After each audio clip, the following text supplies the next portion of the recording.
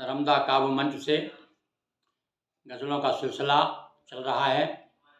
आज मैं आपको नाव नाव की जीवंतता को तट जरूरी यह गज़ल सुनाऊं। इसके पहले मेरे सामने देखिए 20/2/2003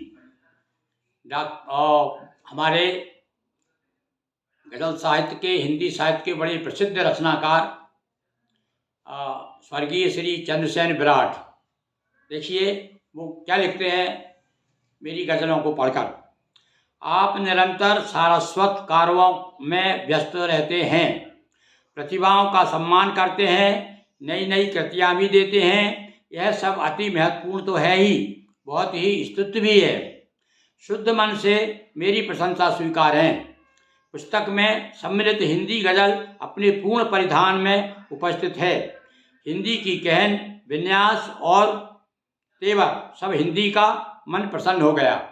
इतनी सुंदर सार्थक गज़लों की पठनीय संग्रहणीय कृति हेतु बार बार बधाई। आपका चंद्रसेन विराट। ये चंद्रसेन विराट की सम्मति मुझे प्राप्त हुई थी। और देखिए जिन गज़लों पर उन्होंने प्रशस्ति दी है उसमें से एक गज़ल सुना रहा हूँ। नाव की जीवंतता को तट जरूरी, प्यास की पहचान को पनघट जरूरी। सांकलों से युद्ध का क्या अर्थ साथी, सांकलों से युद्ध का क्या अर्थ साथी। द्वार खुलने के लिए आहट जरूरी, द्वार खुलने के लिए आहट जरूरी। शून्यता ओढ़े रहो किसने कहा कब, शून्यता ओढ़े रहो किसने कहा कब। सांस की सौगंध को खटपट जरूरी, सांस की सौगंध को खटपट जरूरी। और है अगर उत्कर्ष की यदि चाहे मन में, यदि आप चाहते उन्नति हो तो है अगर उत्कर्ष की यदि चाहे मन में।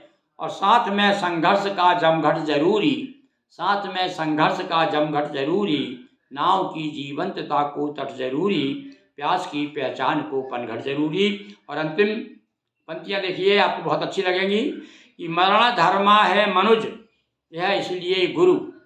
मनुज धर्मा कह दिया मैंने इसलिए देखिए मनुज धर्मा नहीं है, ये मरण धर्मा होना चाहिए।